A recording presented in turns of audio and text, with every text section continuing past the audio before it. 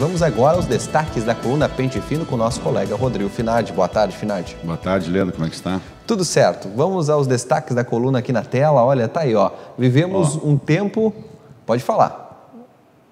Desculpa a tia aqui. Tão acostumado, foi colocar Rodrigo Finardi, eu acho que o Everton, na hora de diagramar, tão acostumado. Eu vou te dizer que essa coluna teve participação do Leandro. Essa é uma foto do Leandro. Inclusive no site está Leandro. Tá. Aqui houve te peço desculpa, Leandro, mas eu digo que essa foto foi o Leandro foi fazer a cobertura do evento da CODER, Conselho de Desenvolvimento da Erechim, na última quarta-feira. Quarta-feira. E captou essa imagem do prefeito que entrou e o prefeito que saiu, né? Polis e Schmidt. Então, peço desculpa, mas lá no site está tudo certo. Olha, e o destaque dessa foto é: vivemos um tempo de muita raiva, precisamos de união e esforço de todos. De quem é essa frase, Rodrigo? Essa frase é do Polis no seu discurso lá na CODER. Que é um momento, a gente vê nos extremos tudo, e ele diz que essa questão de raiva não adianta para nada, que hoje nós somos união e esforço, deixar a política de lado. E eu lembrei de uma frase que eu cunhei lá atrás, que Erechim, a eleição nunca acaba, cara, isso acaba prejudicando o desenvolvimento do município. Então, nesse tom, ele dá pedindo que todos se unam para Erechim crescer, e que o executivo ele tem um apoio incondicional às ações do CODER. Outro lado, porque recentemente eu aproveitei que eu tinha falado com o Schmidt recentemente, e que eu perguntei para ele o que ele estava fazendo agora que não precisava mais para a prefeitura, que acabou o mandato. Ele disse assim: estou trabalhando muito, estou em casa, como disse assim, por enquanto apenas com pequenos consertos domiciliares e cuidados com a saúde, que eu não tinha tempo a cuidar antes, ele disse, né? Aí eu peguei essa frase dele, com a ida dele lá no CODER, eu perguntei assim, ninguém sabe o futuro político dele, eu acho que dizem que ele quer concorrer a deputado estadual, mas ele não confirma. Mas ele foi num evento público de representatividade empresarial, então temos que aguardar, né? Então ele deixou de lado um pouco o seu trabalho com os pequenos conselhos domiciliares e esteve lá. Então fica uma questão no ar, o que ele vai fazer na eleição de 2022. O resultado nas urnas do ex-prefeito Eloy Zanella pode assustar os outros prefeitos nas eleições? Pode e deve servir como alerta, né? Pode e deve servir como alerta, entendeu? Porque a gente nunca pode rasgar a história de ninguém, mas ao mesmo tempo a história não elege ninguém. Tem que trabalhar cada tempo a seu tempo. O Dr. Jorge Lisboa Gueus sempre diz que eleição é que nem parto, tem hora, né? Então não adianta isso te dar condições para te se lançar como candidato. Mas se tu não trabalhar no período eleitoral, no período que antecede, a chance de insucesso é muito grande. Bom, vamos a outros destaques da coluna de hoje. Aqui, mais aqui no meio da coluna, a gente destaca que a maneira de se comunicar mudou. Eu venho acompanhando a comunicação da prefeitura, que tem uma equipe até menor que do antigo governo, e a gente vê que tem uma aceleração, é mais em tempo real, é melhor a divulgação do atual governo que do governo passado. Eu acho que um dos grandes problemas do governo passado também foi a comunicação. Mas, diante disso, que eu fiz a conta, tinha quase 50 matérias em 20 dias que eles mandaram, fui contar. Então, é uma produção boa, porque tem outros afazeres da comunicação, além de produzir matéria, mas também depende da percepção do gestor a importância da comunicação. O Polis tem uma percepção da comunicação mais importante, é muito importante, que o Schmidt não tinha.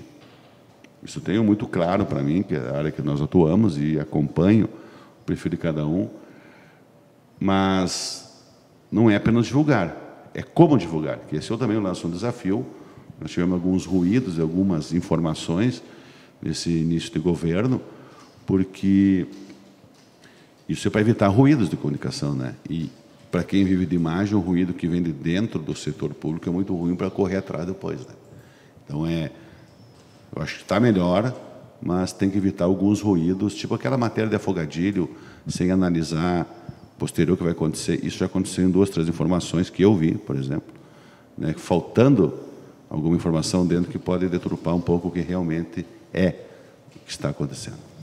E empresários querem mais a ação do senador Heisen. Olha, o Heisen foi um cara sempre muito atuante aqui na região, desde a época da Cotrel, ele tinha apoio dos grandes agricultores da região, ele sempre foi muito forte e presente aqui, até se eleger, né?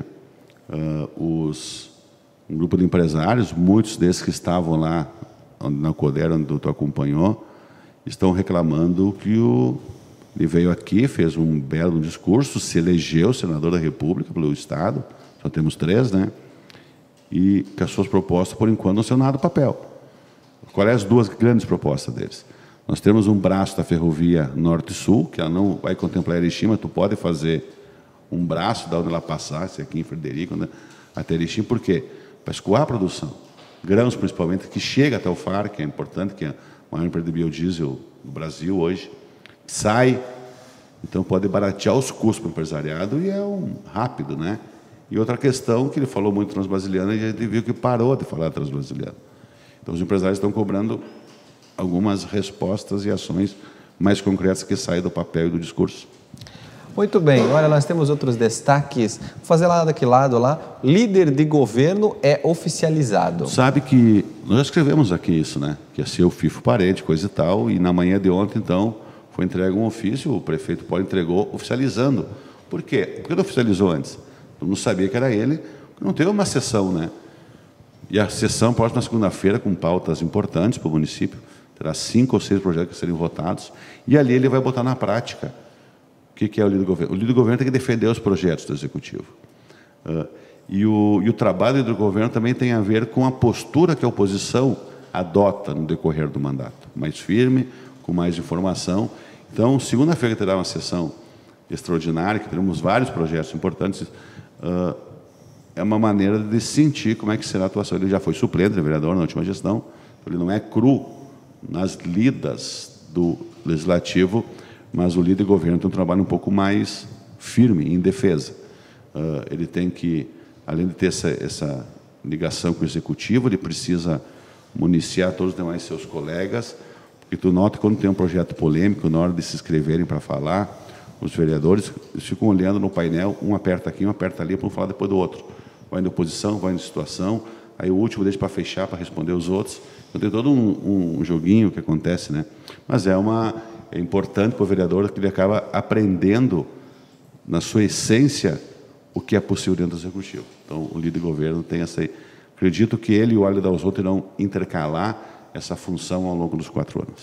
Muito bem, vamos voltar para cá, para essa parte de cima da coluna, que o destaque, olha, os olhos do prefeito nem sempre são dele. E daí tem outros destaques aqui. O que você traz aqui nesse espaço? É o mesmo texto explicando. Por que eu quis dizer isso? Conversando com algumas pessoas do meio político, acredito que o ex-prefeito Schmidt teve o mesmo problema que o ex-prefeito Luiz Anel. E vou explicar por que isso acontece. Tu tocou antes nos dois, ela coincidente, então agora estou indo nesse assunto. O Schmidt ele teve sempre um perfil populista. Esse mandato foi diferente dele. Foi muito mais Zanella que o próprio Schmidt, pela sua história política. As pessoas reclamavam a falta da presença dele nos bairros, nas questões. Então, quem que era a ponta de lança dele? O que os secretários diziam. E, através do que os secretários diziam, ele repassava para a imprensa, em discurso de algum evento, alguma coisa. Só que, nem sempre o que o secretário fala é verdade. Então, às vezes ele passa uma informação errada, porque acreditou que normalmente o secretário que é os olhos do prefeito, né? Por isso que tem secretário para cada área. Então, muitas vezes passa uma informação errada. Por que eu digo a semelhança do Schmidt, do Zanel? Em 2004, Eloy Zanella não ia concorrer à reeleição, resolveu concorrer à reeleição porque foi forçado, tinha 3 candidaturas de oposição, tinha o Schmidt, tinha o Antônio Nexaime e tinha o Hélio Espanhol. E ele, aquela conta que a direita faz 30%, deu certo, a estratégia deu certo e venceu para o seu 4º mandato.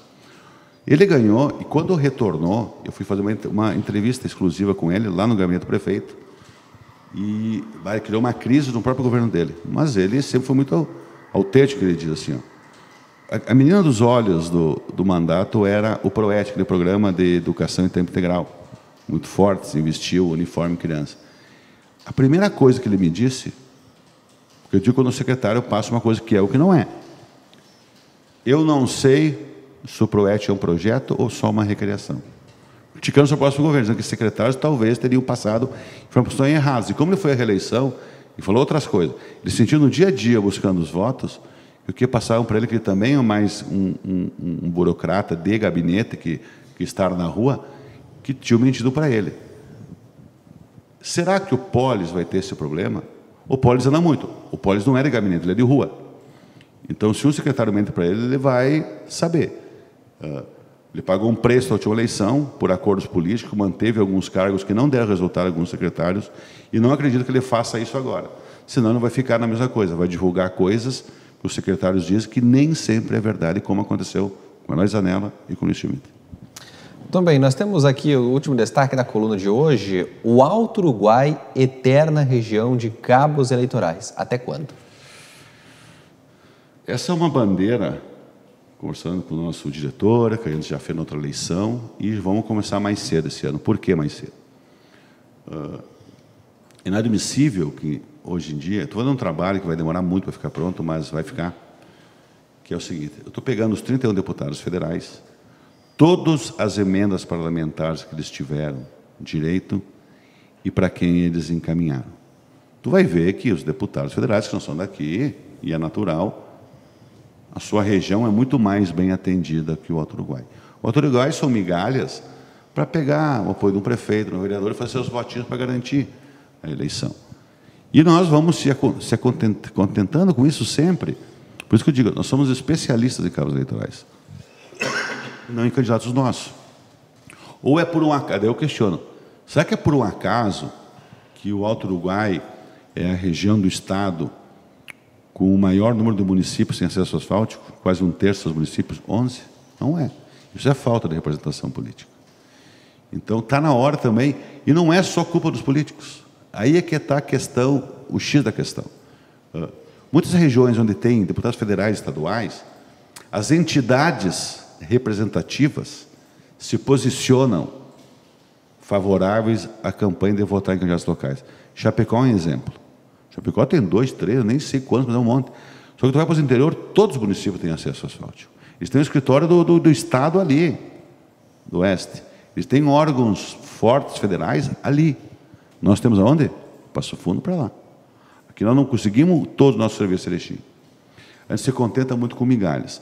Então não adianta, como aconteceu na última eleição, eu publiquei que alguns municípios, polos daqui, Santa Catarina, tinham campanhas fortes para votar em seus candidatos. E algumas entidades se uniram, fizeram, digo aqui, pessoal, não se repita, no afogadilho, na antevéspera da eleição, um apoio a candidaturas locais, mas não é assim que se faz. Tu tem que botar a mão na massa e os presidentes têm que ir na mídia e falar da importância. Não fazer esse corpo mole, às vezes, porque tem um parente que é lá de Lajeado, tem outro que é lá de não sei aonde, acaba prejudicando os nossos. Depois, quando tu precisa do apoio dessas pessoas, tu não consegue. Temos exemplo prático aí de uma busca de recursos que abriu em Brasília agora para máquinas. Os deputados nossos da região não quiseram. Teve um secretário que teve que ir através de uma deputada federal de Lages para encaminhar o projeto em Brasília. Inadmissível isso, cara. Inadmissível. As entidades, então, se o CODER juntou tantas, eu sei que ela está começando, que tem as suas funções, mas não pode estar fora do radar essa questão da representatividade. Senão, nós vamos ficar sempre reclamando, senão, nós vamos continuar cada vez mais especialistas em cabos eleitorais e vamos ter nossos problemas de energia, a falta do trem, que eu falei antes, a Transbrasiliana, que está no papel há 170 anos, mais ou menos, que não sai. Teremos um contrato de água e esgoto não tão bom. Infraestrutura, por isso que a gente fala. Recursos para a saúde são menores, não esses carimbados que vêm de acordo com... Porque a pandemia é uma exceção dos recursos que veio, não vai vir para sempre esses recursos. Então, eu vejo que essa discussão tem que começar cedo, as entidades têm que fazer parte da entidade, chegar num acordo da importância que é nós termos os nossos representantes. E o Bom Dia vai ter como bandeira. Ele definiu, a gente falou aqui no último dia dos debates, lembra, Leandro? Nós falamos que nós vamos ter uma bandeira. E uma das bandeiras do desenvolvimento regional passa por... Tem várias ações, mas uma passa impreterivelmente para ter nossos representantes. Muito bem. Está aí os destaques da coluna Pente Fino. Muito obrigado, Finage. Até a próxima. Até a próxima. Até a segunda. Até. Vamos agora ao comentário do Igor Miller. Te liga, porque opinião você também vê aqui.